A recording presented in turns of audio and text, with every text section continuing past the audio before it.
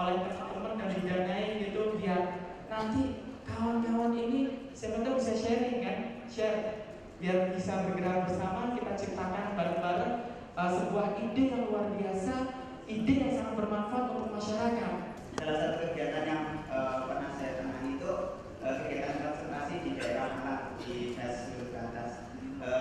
Kami kan setelah terbentuknya lembaga yang diceritakan oleh saudara Dani tadi, kita tuh berpikir kita tuh selanjutnya itu kita mau ngapain, kita sebagai seorang scholar, penerima beasiswa, apa yang bisa kita beri kepada si penyandang yang memberikan beasiswa kepada kita, terus manfaat buat orang lain itu apa.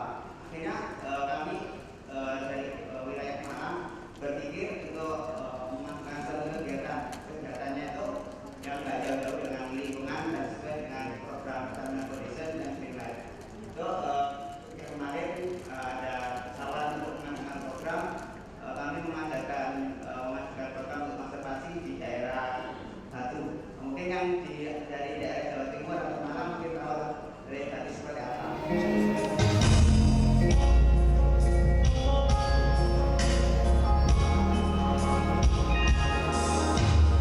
Hari-hari terus berlalu, tiada pernah berhenti. Seribu jalan berliku, bukanlah satu penghalang.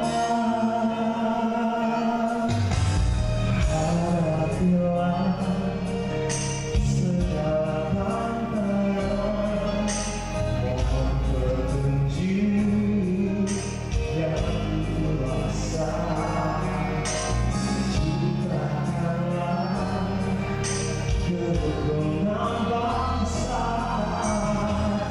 obatkanlah dalam dada semangat jiwa Pancasila.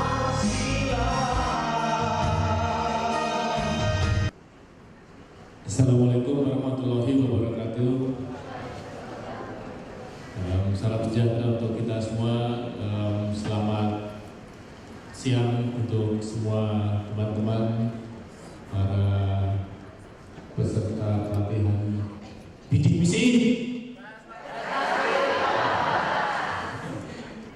Itu saya baru paham sebetulnya bahwa teman-teman dari bidik misi ini adalah para pelajar atau mahasiswa yang paling enggak katanya IP-nya 3,6 ya. Di atas 3,6, sebagian besar 4. Wah, luar biasa sekali, kita berikan aplaus kepada semua. Tapi ada yang tahu nggak, posisi 16 itu kan sebetulnya Indonesia dengan posisi kita yang posisi 16, sebetulnya Indonesia ini ekonomi yang lebih besar dari Singapura, dari Malaysia, Filipina, Thailand, gitu kan. Tapi kenapa Indonesia, orang-orang Indonesia itu merasa bahwa kita mungkin nggak lebih besar sebagai sebuah bangsa dibandingkan dengan negara-negara tadi itu, ya kan? Merasa kalau misalnya, ayo kita kerja di Singapura, ayo kita kerja untuk institusi Malaysia. Padahal Indonesia ini adalah salah satu daripada negara nomor 16. Itu sebabnya makanya Indonesia adalah salah satu dari negara yang masuk dalam posisi G20. Saya merasa bahwa memang dunia kampus itu adalah dunia yang paling menentukan. Saya merasa paling menentukan jalan hidup saya, yang paling membentuk diri saya pada saat ini.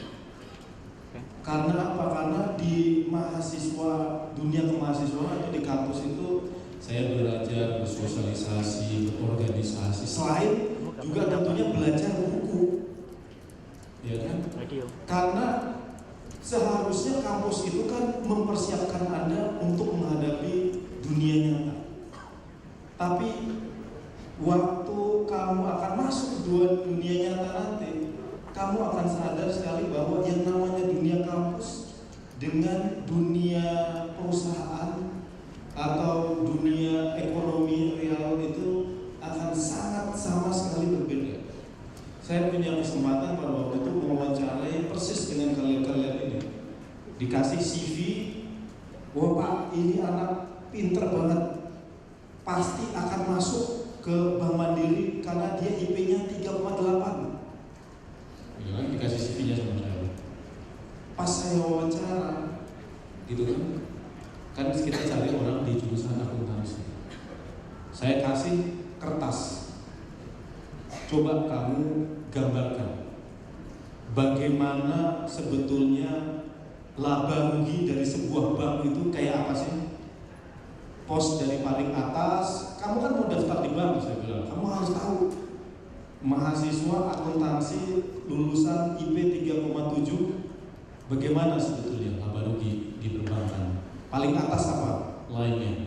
Nomor 2 apa? 3 apa? 4 apa? Bahkan hal yang seperti itu pun anak ini nggak bisa jelaskan. Di hadapan kita telah hadir Pak Handri Satriago yang telah kita tunggu-tunggu ya dari tadi ya. Halo.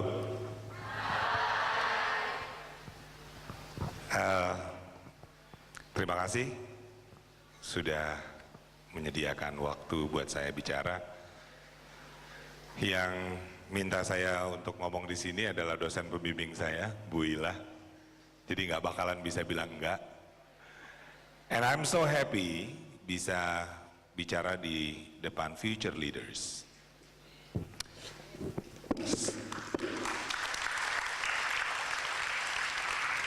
Semalam perusahaan saya, GE, dan Garuda Indonesia dan Tempo Institute baru saja menyelenggarakan acara yang namanya Menjadi Indonesia. Dan kita membuat lomba esai untuk mahasiswa, kemudian kita membuat buku. Buku itu adalah tulisan surat dari berbagai leaders yang ada 95 leaders, termasuk Budiono, Wakil Presiden, termasuk Pak Dahlan, termasuk banyak orang.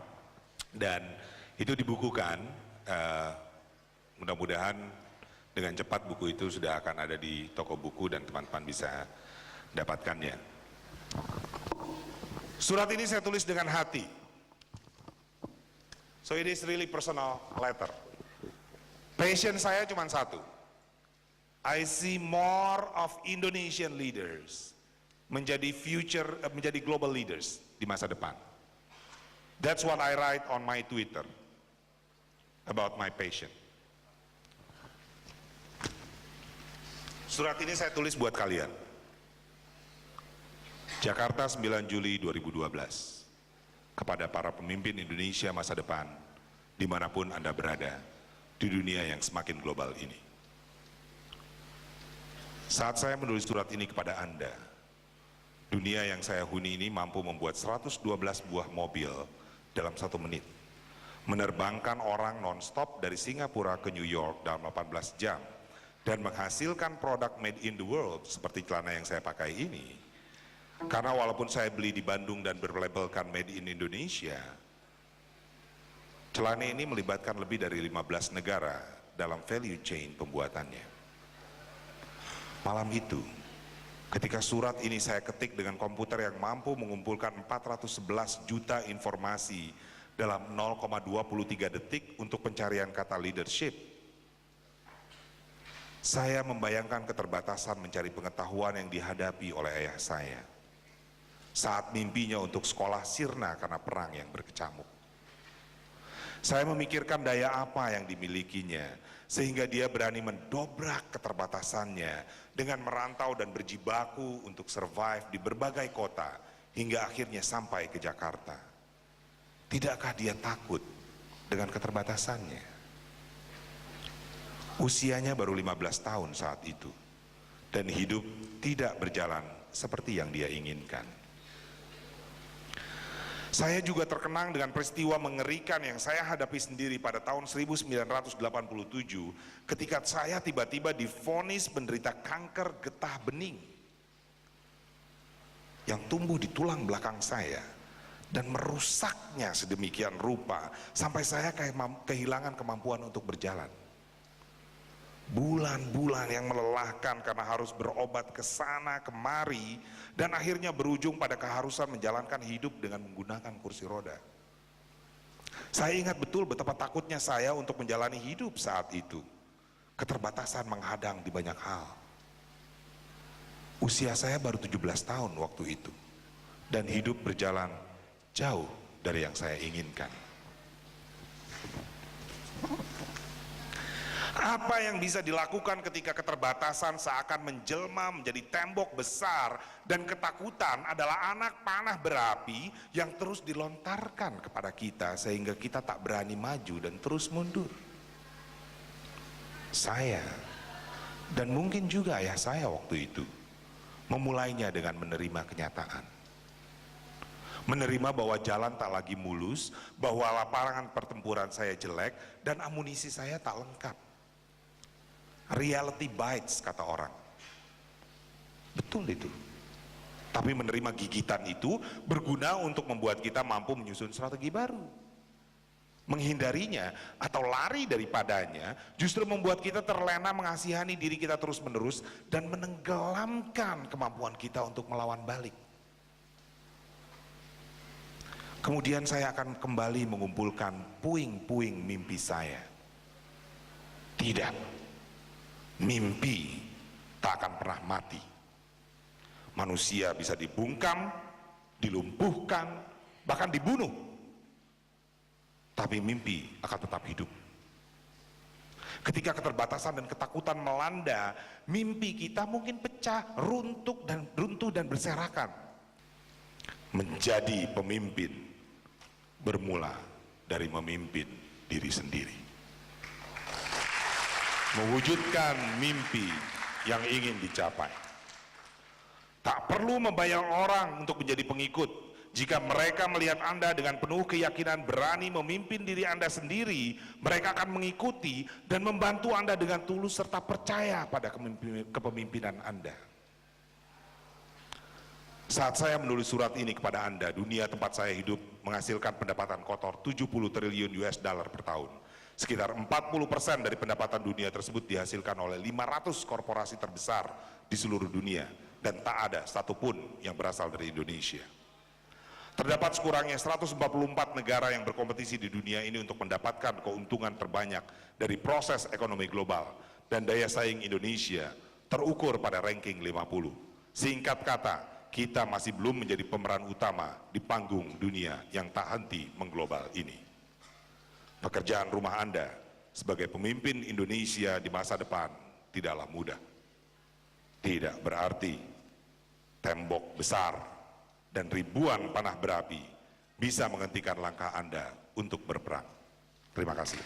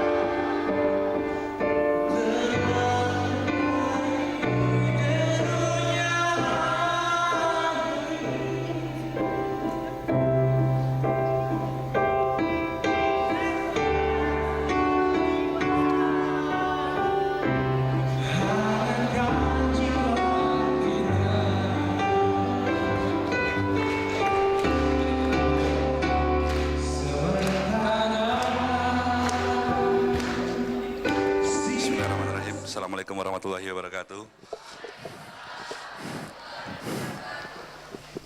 Selamat sore para calon pemimpin. Bukan hanya pemimpin diri sendiri seperti Bapak tadi bilang kan, tetapi pemimpin nasional, bahkan saya harapkan jadi pemimpin global. Saya senang kalau berada di antara orang-orang pinter. Ya, karena saya percaya Tuhan menciptakan manusia itu Tidak ada yang sia-sia. Jadi dari kecil pun saya tidak punya jiwa imperial siapapun. Itu yang paling penting menurut saya. Jadi saya diminta untuk membahas mengenai kepemimpinan, ya, kepemimpinan dan wirausaha. Gampang. Jadi kalau pemimpinan itu saya cerita sedikit. Sejak kecil saya itu SD masuk kelas 4. Tapi kalau baris saya pengen di depan walaupun badan saya kecil gitu. Itu nature gitu ya. Saya ingin lead, saya ingin champion. Lead dan champion. Jadi kalau cukur rambut saya bilang saya mau kayak Kennedy. Itu muncul tiba-tiba. Artinya ini adalah bakat yang diberikan secara alam. Nah, kebetulan saya adalah deputi yang menangani masalah industri perdagangan di Kementerian Perekonomian. Kementerian Perekonomian di bawah Presiden itu ada 3 Kementerian Perekonomian yang mengkoordinator, yang mengkoordinasikan berbagai kegiatan kepemerintahan. Ada Menteri Koordinator bidang Polkam, politik keamanan, ya gitu ya, sosial. Kemudian Menko yang menangani masalah sestra, ada Menko yang menangani perekonomian. Nah, saya di Menko Perekonomian yang menangani, artinya mengkoordinasikan lebih kurang 18 kementerian. 18-nya di bidang ekonomi. Jadi biasanya kalau kita bilang itu amankan dulu, politik stabil, ekonomi jalan, baru orang sejahtera. Kita menangani 18. Nah, saya salah satu dari 6 deputi di bawah Menteri Perekonomian. Wirausaha kita bagi dalam 3, artinya kita mulai pembenihan di tingkat awal, di tingkat mulai SD, SMP, SMA, ini Pak Handito ketua gengnya lah. Kemudian kita tempa dia mau jadi profesional, mau jadi industriawan, mau jadi peniaga, mau jadi apapun ditempa. Nanti ada prosedurnya, nggak usah kita jelaskan sini. Kemudian dikembangkan artinya dikawinkan, dikolaborasikan, dimitrakan. Itu kira-kira program. Hampir tiap bulan kita punya program yang bekerjasama sampai termasuk program menginkubasi. Artinya menginkubasi wirausaha ya, dari kecil sampai besar. Ya, mulai lagi dari nol. Apa sih kerjaan diplomat ini? Ya kan, kerjaan diplomat ini ngapain? Oh, melakukan suatu diplomasi, memprotek negara, oh bergaul sama dunia-dunia diplomatik. Saya pelajarin, pulang sana saya bingung lagi, mau ngapain? Saya masuk ke perindustrian, industri itu ngapain? Saya masukin itu, jadi nggak disuruh, karena saya nilai harga sendiri saya. Ada yang mengajak, pindah aja Menek BUMN, berapa gajinya? Saya dapat apa aja? Oh, kamu dapat ini, honor, dapat ini. Oke, saya tinggalin aja, karena saya nggak mau, loh saya bekerja dengan standar demikian, output yang saya hasilkan adalah sekian, masa saya dihargain sekian, kan gitulah kira-kira. Walaupun pegawai negeri itu ada sistem gaji, tetapi believe me, kalau kita bisa menghargai diri kita, kita bisa menempa diri kita, penghasilan ngikut. Saya mau jadi presiden GE, kalian berpikir nanti saya mau gantikan David Bill Gates, saya mau gantikan George Soros, jangan berpikirkan hanya untuk menggantikan Abu Rizal Bakri, terlalu kecil. Tapi saya punya keberanian, punya keyakinan, saya bisa lead. Saya harus jadi leader. Saya tidak pernah mimpi menteri. Apa sih? Menteri itu adalah status. Yang paling penting bagi saya bisa, saya menguasai, saya tahu, saya puas, saya bahagia sebagai pengabdi. That's it.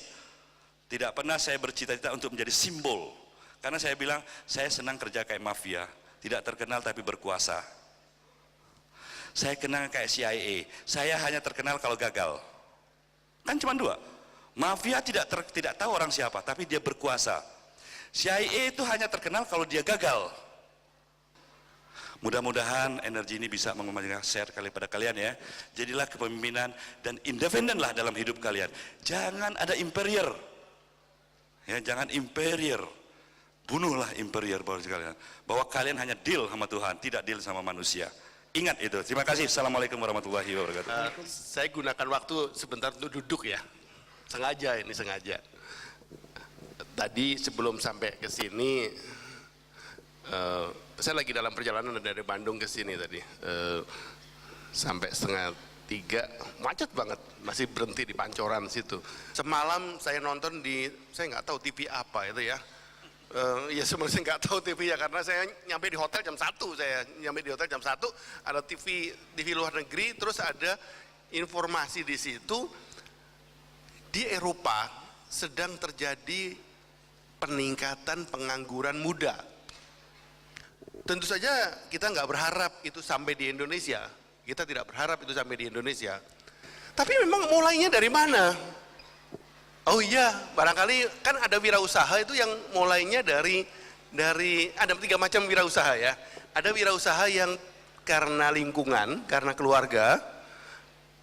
Saya memang berasal dari keluarga pengusaha, tapi bapak ibu saya tuh bisnisnya itu jualan jamu, ngaduk jamu gitu ya, di Jombang sana toko jamu gitu ya. Tapi memang ikut mempengaruhi saya ya, meskipun usaha sederhana saja gitu, tapi mempengaruhi saya. Ada wirausaha yang seperti itu karena keluarganya, karena lingkungannya pengusaha jadi pengusaha ya. Tapi jangan wirausaha di Indonesia jangan hanya yang dari lingkungan pengusaha dong, nanti kelompok itu doang yang jadi pengusaha. Ada wirausaha jenis kedua yang wirausaha by accident, jadi pengusaha karena kecelakaan ya, karena nggak terima kerja, karena di PHK, karena pokoknya karena banyak hal yang tidak direncanakan jadi pengusaha. Ada juga yang berhasil juga, ada juga yang berhasil. Yang ketiga adalah wirausaha by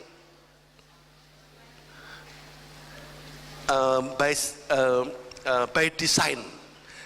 Jadi wirausaha by design.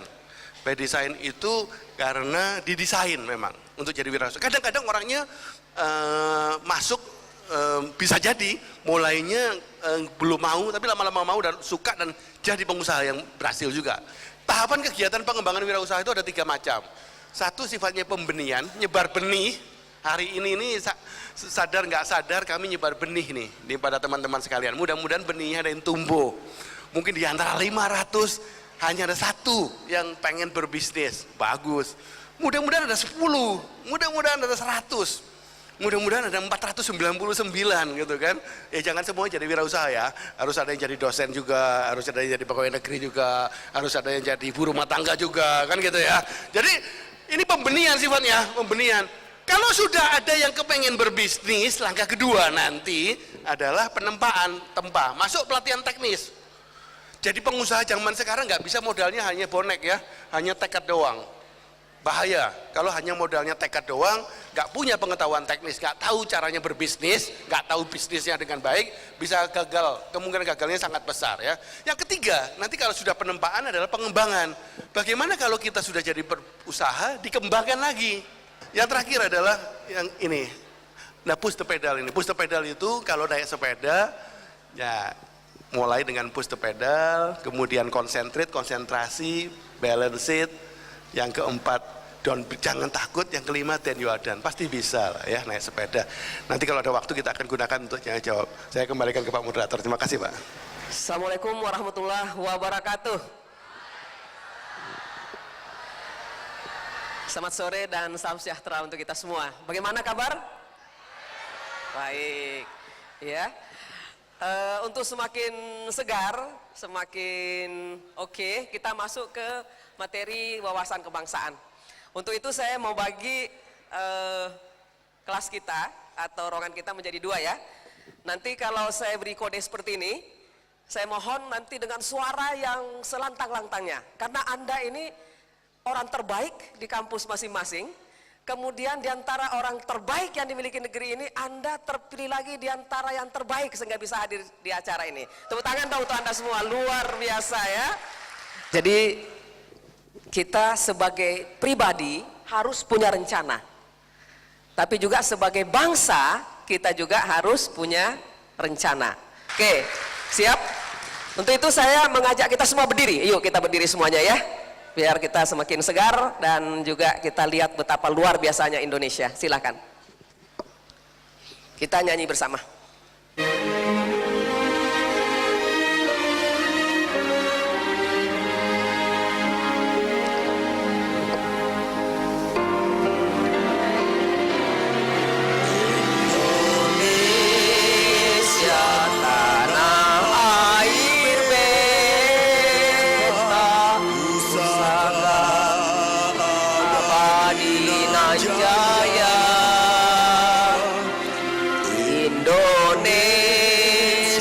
Sejak dulu kala